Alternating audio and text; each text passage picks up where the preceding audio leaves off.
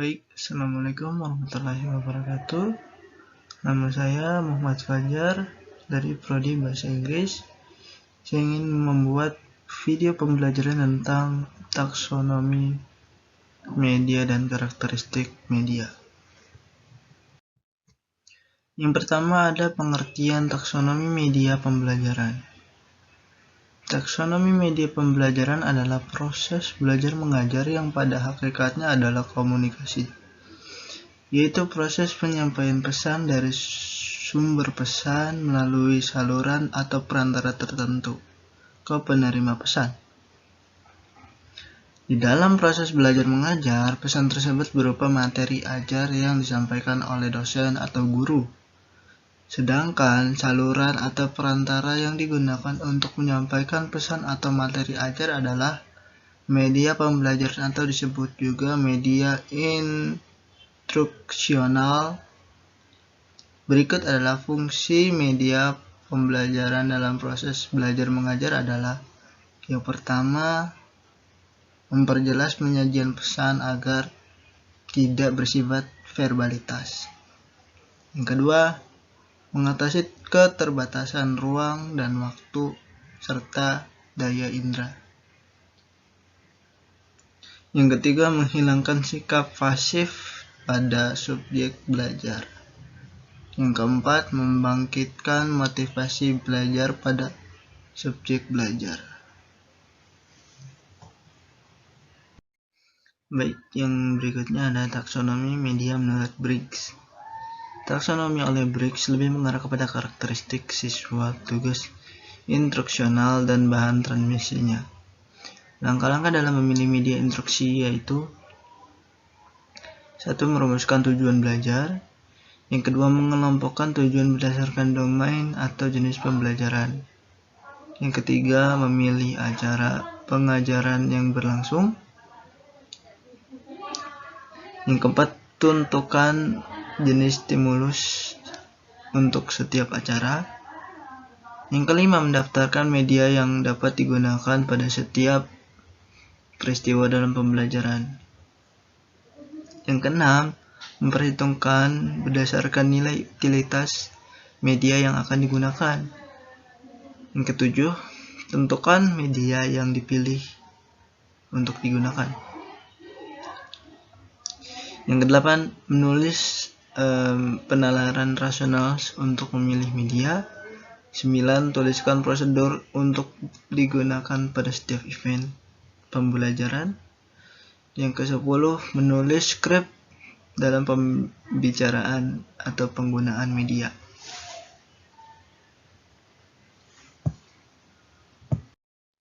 Briggs juga menjelaskan jenis media yang dapat mengidentifikasikan macam-macam media yang dapat digunakan dalam proses pembelajaran. Yang pertama, objek. Yang kedua, model. Yang ketiga, suara langsung. Yang keempat, rekaman audio. Yang kelima, media cetak. 6. Pembelajaran terprogram. 7. Papan tulis. Yang ke-8, media transparansi. Berikut adalah karakteristik media pembelajaran. Sesuai dengan klasifikasinya, maka setiap media pembelajaran mempunyai karakteristik sendiri-sendiri. Karakteristik tersebut dapat dilihat menurut kemampuan media pembelajaran untuk membangkitkan rangsangan indera penglihatan, pendengaran, perabaan, pengecapan, maupun penciuman peserta didik. Berikutnya ada media pembelajaran berdasarkan tujuan. Praktis yang akan dicapai dapat dibedakan menjadi 3 kelompok, yaitu: yang pertama, media grafis. Media grafis adalah suatu jenis media yang menuangkan pesan yang akan disampaikan dalam bentuk simbol-simbol komunikasi verbal. Simbol-simbol tersebut artinya perlu dipahami dengan benar agar proses penyampaian pesan dapat berhasil dengan baik dan efisien. Bentuk-bentuk media grafis antara lain: yang pertama adalah gambar atau foto. Yang kemudian sketsa. Yang ketiga ada diagram. Keempat ada debagan. Yang kelima ada grafik. Dan yang terakhir ada kartun. Selanjutnya, media yang kedua adalah media audio. Media audio berkaitan dengan indera pendengaran. Pesan yang disampaikan melalui media audio dituangkan ke dalam lambang-lambang auditif, baik verbal maupun non-verbal.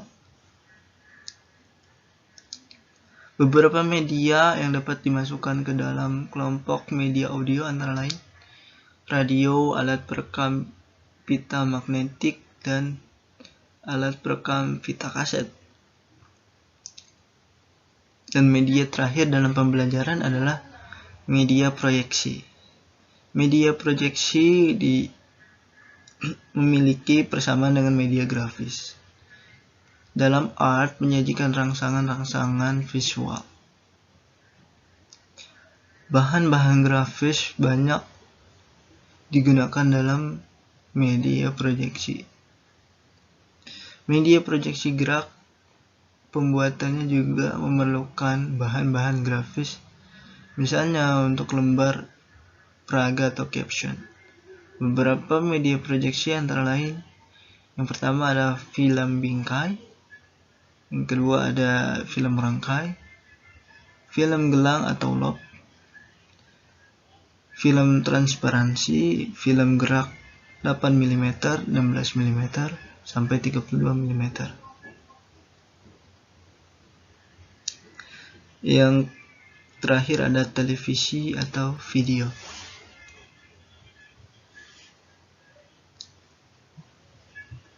Baik, terakhir ada kesimpulan.